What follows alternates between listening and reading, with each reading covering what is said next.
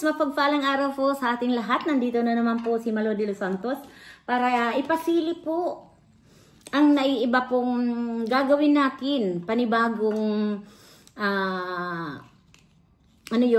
panibago pong vlog ni Malo de los Santos. Sa ngayon nga po ay iba't ibang vlog na po ang gagawin natin, yung content natin. Na gaya po nito na gagawa po tayo ng naiiba po na cake. Ganito po ang tawag po nito dito sa Italia ay binyi. At bibiyakin po natin yan, tatanggalan natin sa na magkaroon po siya ng parang mga tawag dito, parang mga bilog-bilog po na pwede natin yan po lagyan ng cream. Yung cream po gumawa lang, dali lang po gumawa ng cream. At yan po ay pupunuin natin. Mga kapatid, at tatakipin natin. At yan po ay babalutin natin po sa chocolate. Ayan po. Diba nakagawa tayo ng bula-bula. Pero yan po ay babalutin natin po yan sa chocolate. Ginamit ko po ditong chocolate fondente para tinunaw ko po sa milk at nagyan ko ng gatas. Ayan po. Babalutin natin po siya sa chocolate hanggang po tayo makabuo ng cake. Naiiba po itong gagawin ko. Pero ay hindi ko alam po kung ito po dyan sa Pilipinas ay mayroon na. I think mayroon na po dahil ito po ay napakadaling gawin. Tawag po nito binye. At ito na nga ay binubutasan natin po. At yung iba nga po ay kailangan po ay butasan para po malagyan ng cream. Like this. At pupunuin po natin yan. At ilalagay natin yung kinat natin. At isasawsaw natin sa chocolate para kailangan po palamigin natin po yung ginawa natin ng cream at saka yung chocolate po na tinunaw natin. Kailangan po yan ay ganito po yan para magandang tingnan. Ayan po. Ang dali lang po talaga mga kapatid. Ayan tingnan nyo. Madali lang po yan. Pupunuin po natin yan ng cream. Tawag po dito sa Italia, crema. Di ba yung krema sa atin, yung panglagay sa mukha, yun na krema. Pero dito po cream. Ayan, krema po ang tawag sa Italia. At yan po ay iluluglog natin sa chocolate. Talagang purong chocolate po. Ang sarap po nito. Hindi naman ako pwedeng kumain dahil alam nyo naman po, may diabetes tayo. Mabuti na yung nag-iingat. At ayan po. Gagawa tayo ngayon ng ganito po. Ito po ang gagawin kong parang cake. Dahil ngayon po ay kaarawan ng aking employer. 79 na po siya, yung alaga kong lalaki. Ayan po. September 26 po ang birthday po ng alaga ko. Ayan. Kaya ako po lang ang gumagawa, nagluluto. Bukas naman po ay karne naman po, magluluto tayo. Ito lang ngayon po ko ito i-prepare dahil bukas ay magsasalo-salo sila ng pamilya nila. At dito po sa Italia, ito lang po ang ginagawa ko. Hindi naman po mahirap ang trabaho ko dahil naging private nga tayo po na nag-aalaga sa isang matanda. Na noon po ako ay sa kumbento na assist ng mga matatanda, nagpapainom ng gamot. Mahirap po yung may mga depression po na inaalagaan po, mahirap. Dahil talagang kailangan may pasensya ka. Mga kapatid, dahil kung wala kang pasensya talagang susuko ka at ikaw na rin ang mai-stress talaga. Sa loob ng 15 years po ako dito sa Italia ay talagang sa mga depression po ako nagtrabaho po sa kumbento. Ayan. Ang sarap po naman kasi kung makakasundo mo po talaga at makukuha mo yung mga ugali ng mga may edad na at may mga sakit ng depression, nakakaano din po dahil mababait lang, lalo na po ang pamilya nila, mababait po. Ayan po. Ang sarap nito. Pag lalo na kung malamig po mga kapatid, ang sarap. Habang tayo po ay nakikipagpintuan sa inyo, ay ito po, gumagawa tayo. At yun nga po, sabi nga nila ay tayo po ay mga patay gutom. Dito po sa Italia walang nagugutuman ng mga Pilipino dahil pag masipag lang talaga po, kahit po ay trabaho nyo lang po ay oras lang, makapag 5 oras ka, malaking bagay na yun po. At binabayaran kasi dito per ora, no? Yung oras. Kung ikaw po ay maka 5 oras, malaki na yun. Magkano yun? Sa 15 euro, sa ngayon nga po, 15 euro na po ang mga oras po, yung mga part-time na tinatawag. Ano po? Napakalaking bagay po yun. Pero ako po ay monthly po ang sahod ko. Ngayon po. At siyempre may mga extra tayo na ano, yun naman po yung extra ko, yun naman po ang pinangtutulong natin. Ano? At dahil ito po na yung monthly ko po dito ay direkta po ito sa bangko dahil yun po dito ang talagang legit. Ano ba yung legit? Ano ba ang legit? Yung po dito talaga yung hindi ko alam po yung legit sa Tagalog po. Ano ba yun? Basta yun yung po ang ano dito. Pag kagaya ko pong regular na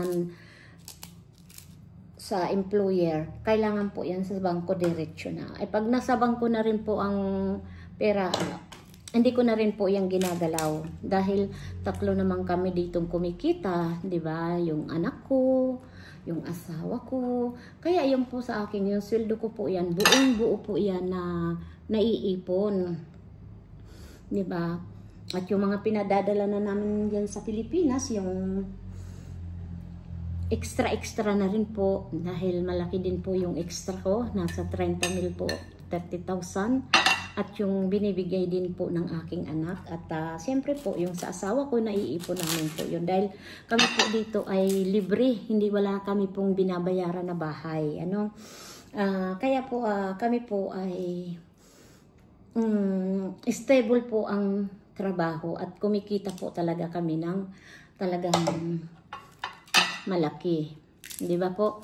Kaya yung mga sinasabihan tayo ng patay gutom, nagpapanggap, nagpe-pretend na mayaman, hindi naman ako nagsasabi na mayaman tayo, no? Kahit kailan hindi ko po sinabi na ako po ay mayaman, isa po akong isang anak ng magdaragat, yun maasa lang po sa dagat ang aking ama. Di ba? Naglalat kung wala, ay wala. Di ba? Kahit kailan po, never po ako mag-pretend na ako po ay isang mayaman. Ano? Kasi mahirap po tayo na yung nagsasabi, ay mayaman tayo, pero pagdating ng oras wala. At saka ayaw ko po yung nasabihin pabida-bida, ganun. Dahil po ako kahit kailan hindi po ako magiging pabida-bida dahil alam natin po ang kalagayan natin, kung ano lang po ang mayroon tayo, yun lang. At kung maitutulong tayo, ay sapat na yun. 'Di ba? Na wag natin pipilitin na gaya nung iba diyan na ako nagkukunwari na maraming pera, mayaman, kahit po yung ano, alam ko po marami po diyan sa atin na nagpe-pretend po. Ako, ayaw ko pong mag-pretend na ako mayroon. Kung anong nakikita nyo sa akin, yun lang. At hindi ko pinagsisigawan na mayaman ako. Ano po? At dahil kahit papaano naman po nakakatulong tayo sa mga kababayan natin na mahihirap na, ayun po kung ano lang na ibigay natin, yun lang. Huwag natin pipilitin po yung magbibigay tayo na mangungutang. Kasi mayroon po akong nalalaman dyan na alam ko po na wala. Kunwari, sponsor, pero yun naman pala po ay galing sa utang. Para lang po ma-pretend na sila ay po ay big sponsor. Ano po? Ako hindi ko po yung ginaya. At ayaw ko pong yung gawin. Kung ako'y wala. Mas inuuna ko po ang pamilya ko kaysa sa ibang tao. ano, mga kapatid, ayun, nangingitim na ang kamay ko sa mga dito sa ano. Ayan, malapit na pong mabuo ang aking binye. Ito, ang tawag po nito ay profiterol. Profiterol. Ito pong mga ano, inuukitan ko at ito po ay binye. Ayan lang, madali lang naman po ang paggawa nito. Basta pupunuin lang natin ng cream at itatakip po natin yung kabiak. At isasawsaw natin po ito sa chocolate. Ayan Ayan, ang sarap po nito. Ito, paborito po ito ng mga alaga na yung mga apo ng employer ko po. Ako po ang tagagawa dito ng ito ng turta. Minsan po ay gumagawa talaga ako. Ngayon wala akong panahon dahil marami akong gagawin, lulutuin dahil yung aking employer, yung alaga ko ay nagpunta sa doktor. Kaya sasamantalain ko na po na gumawa nito. Ngayon po, tinakpan, ilublob sa chocolate. Ang chocolate ko po ginawa ko na kaninang umaga, tinunaw ko na. At saka itong cream para pag gumawa tayo ay malamig na. Yun lang po. At sana, alam nyo, marami dito sa Italia po na gumagawa nito. Talagang dito ang mga Pilipino talaga. Kasi ang Pilipino creative po yan at saka marunong. Madaling matuto ang mga Pilipino. Kaya gustong-gusto yan po ng mga ay. Ang mga Pilipino po dito ay talaga sila po ang gustong-gusto ng mga employer. Dahil masisipag. Diba? Ayan. Dalawang gagawin ko dahil isa pambukas at mamayang gabi. Sasabihin ko sana istasera. Ang istasera po mamayang gabi. Ay dadaling niya po sa kanyang anak at doon daw po may salo-salo. At ngayon nga talaga po ang birthday ng aking amo. Ng employer ko. 79 po. At yung babae naman po ay June 1. At kami naman po ay June 3. Dalawa kaming nagbe-birthday dito ng June. Yung kasama ko po dito yung tagal plancha at dalawa po kami dito. Taga Batangas po. Si Ate Beni Discalyar. Ngayon po naman mga kapatid, ayan. Malapit nang mabuo. At tayo naman po ay sa ngayon, nag-iisip ako ng panibago kasi ayaw ko na po yung issue. Dahil yung issue po hindi maganda. Wag lang tayo po yung susundan ng issue. Alam niyo mga kapatid, totoo lang talaga po ang pangyayari. Marami tayong natutunan po sa social media. Pero wag tayong matatakot. At mayroon nga nagsabi dyan na nadimanda ka na naman. Ayusin mo ang thumbnail mo kung ayaw mo na naman ikang mademanda. Sino ba nagdemanda sa akin? Diba? Makukulong kaya si Malu de los Santos? Diba? Kayo mag-alala. Kayang-kaya yan. Maliit na kaso yan. Hindi yan pinag-iisipan na kaso-kaso na yan kay Malu de los Santos. Dahil pag si Malu de los Santos ay pasok po yan sa banga. Dahil intayin nyo na lang po. Kung si Malu de los Santos makukulong, ay di wow. Ayaw mo nun na kain tulog ka na lang, di ba? Kaya abangan na lang natin po ang kabanata. Ano po? Kasi napakasarap po ang buhay na tayo po ay ano tawag doon? Hindi yung nagyayabang. Kasi kayabangan, pagdating ng araw, di ba? Masarap na po ang mabuhay, na tahimik. At iwasan na lang natin po talaga. Ang bagay kasi po, sa totoo lang, tayo po ang linalapitan ng disgrasya. Kaya minsan hindi rin natin maiwasan, di ba? Sabi nga, content lang, pero pag binalikan, iiyak na, di ba? Kasi alam niyo po mga kapatid, mahirap yung mangunguna ka, tapos naman pala ay duwag. Takot balikan.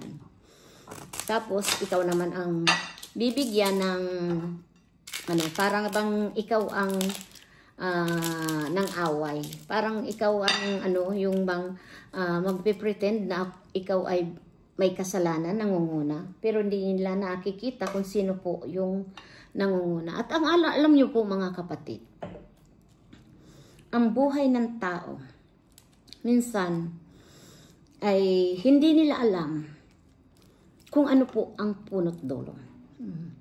Kasi basta ka na lang sasali, nakadepende ka sa thumbnail, di ba? Na, di man nila nakikita kung ano yung nakaloob doon sa mga sinasabi mo. Di po ba? Kasi ang thumbnail po yan. Minsan, clickbait. Di ba? Hindi mo masasabi na ano, panuorin mong mabuti at unawain niyo kung ano ang linalaman ng video. At doon po kayo magbase na ay hindi naman pala na ganun. Dahil po, dyan po tayo makakapag-comment ng hindi maganda kung hindi kayo na nyo tinatapos ang video. Huwag nyong pagbasihan ang video ang thumbnail. Kasi thumbnail lang yan. Alam mo, maraming gumagawa niya na clickbait para panoorin nyo. Pero ang thumbnail na yan po, talagang normal na po yan. Diba? Huwag tayong magdidepende lang sa thumbnail. Panoorin nyo po para maging aware kayo kung ano ang linalaman ng video. No? Kagaya na po, may nabasa ako doon yung pag-reaction ko po doon sa maraming nagsasabi na yung pabahay ni Dodo o yung bahay ni Dudong ay mga sponsor po ang ano. Pero hindi nila alam kung yung thumbnail ko doon, ganun po. Pero alam nyo po, ay matagal kong kilala si Dudong. Alam nyo naman po, diyan ako nagsimula ng talagang pagre-reaction. Talagang gamay ko na po ang pagre-reaction sa mga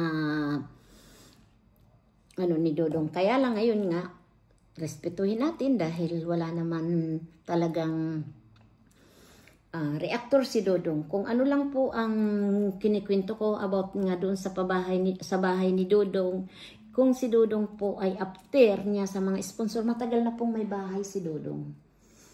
Yan lang po ang sinasabi ko. Matagal na sana po. Kaya lang po, talagang gusto niya na magkaroon siya ng bahay yung sarili niyang pinaghirapan. Tama naman po yun. Dahil para walang matabi sa atin ang mga sponsor. Ganun po yun. Kilala ko po si Dudong. Mayroon po siyang tinatawag na prinsipyo sa buhay. Ano? Kung may sponsor ka, sasamantalain mo. Hindi ganun po ang pamilya ni Kuyawi. Diba? At alam naman natin, may mga tao dyan na pag nagbablog, kunwari, parinig dito, parinig doon, lagi wala na siyang live na hindi nababanggit ang pera. Puro pera, diba? Kaya, dapat kayo mga kapatid, mga viewers na talaga kung talaga kayo po ay may concern o gusto nyong makatulong, is tulungan nyo po yung karapat dapat tulungan. Huwag po tayo sa mga vlogger. Ano? Dahil tayo, ang tinutulungan natin ay mga beneficiary, hindi po ang vlogger. Ano po? Dahil ang vlogger kumikita po yan. Hindi po yan yung talagang dapat tinutulungan. Beneficiary po ang dapat tulungan. Diba? Marami po tayong dapat tulungan. Diba?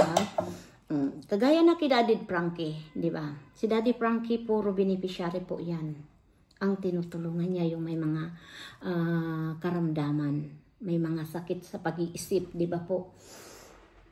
Yun po ang napakagandang tulungan po, yung gaya po kay Daddy Frankie na talaga pong ah, charity lang po ang kanyang ginagawa, ano.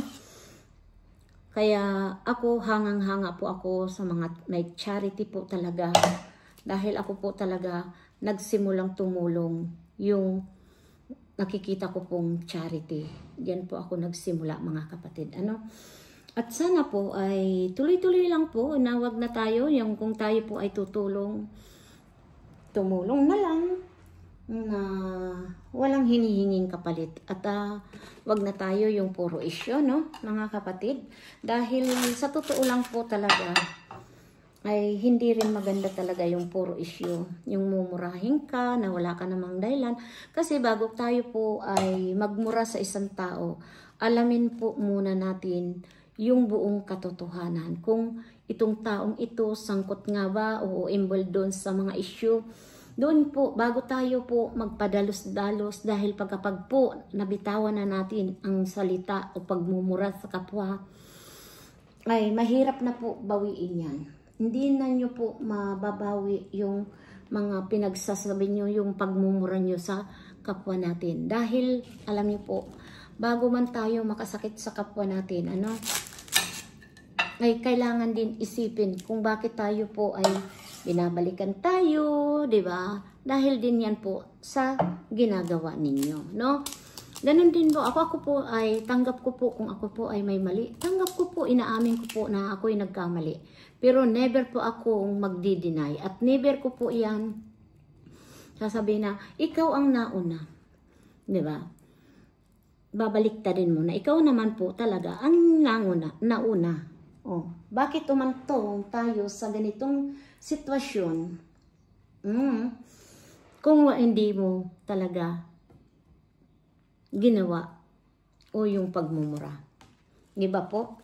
Kasi mahirap po talaga pag dumating na tayo po sa hindi na maganda na na kaso-kaso, sa maliit na problema, mauuwi po sa kaso. Dahil po, alam naman natin po na tayo po ay magkakasama, pero po ay umantong na po sa hindi talaga maganda. Diba po? Kaya ako, taas no ako na humaharap sa inyo mga kapatid, na kung may mali man ako, pasensya po.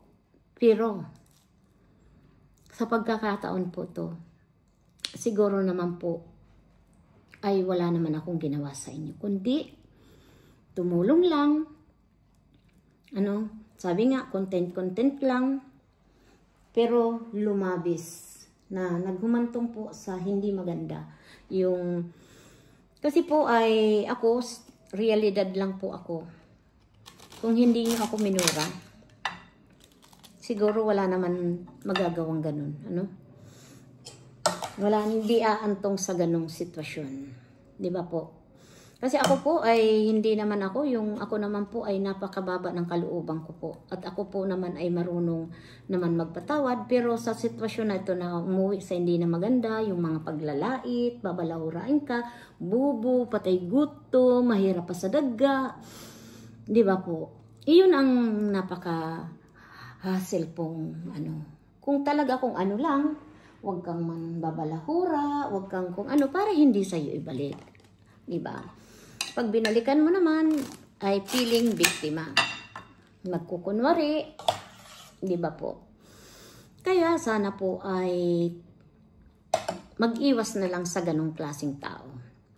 Huwag tayong magpapadala sa kung ano-anong magagandang salita. Kailangan po natin ay obserbahan ang taong to, tingnan, panuurin kung ano po talaga ang punot dulo. Huwag tayo po na yung doon lang kung ano yung narinig mo at kung ano yung nakita mo. Kailangan po obserbahan nyo, panuurin nyo po kung ano po yung mga dahilan kung bakit po dumating tayo sa punto na hindi na talaga maganda, no? Minsan tayo hindi tayo, pag tayo po ay yung nagagalit na po, hindi na natin po yan na nakokontrol. At ako po, sa totoo lang, ay gumanti lang tayo. Yung pinaramdam lang natin kung bakit.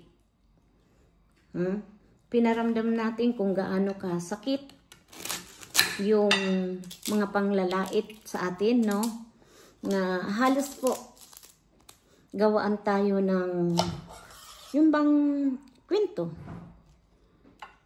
na talagang hindi natin po kayang sikmurain. Ano po?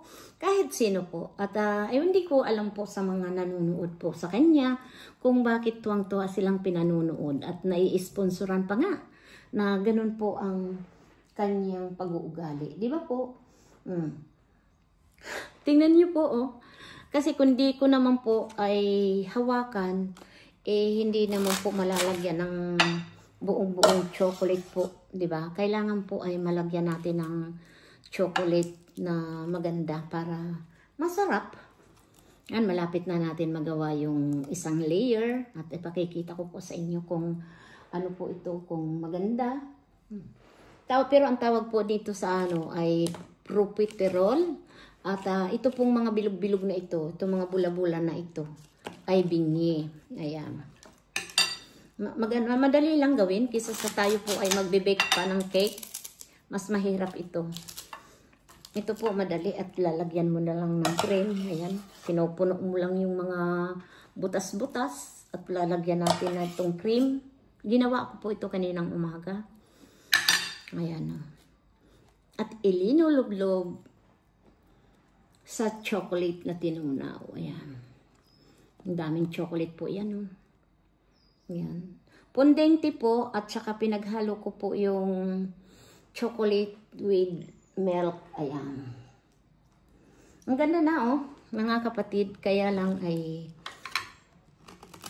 ang kamay ko. Ayaw ko magwantis dahil amoy ng rubber po ang gwantis. May gwantis ako na yung ang laki-laki, hindi po kasya sa akin. Sobrang laki at lalong lang magdudumi ang kamay ko. Pero naghugas naman ako mabuti mga kapatid at nagdisinfectant at paulit-ulit tayo naghugas ng kamay. Ayan po. Ay, napakaganda po. Sarap-sarap po yan. Kaya tayo mga kapatid, sana po ay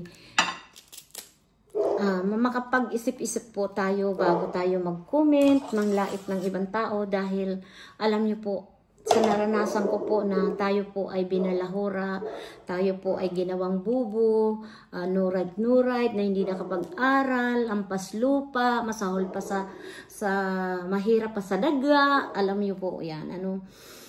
Siguro naman po ang mahirap pa sa daga, hindi tayo nakakapagtulong, nakakapagpaabot ng tulong, lalo na doon sa nagmura sa atin, yung tinulungan natin at minura-mura pa tayo, di ba?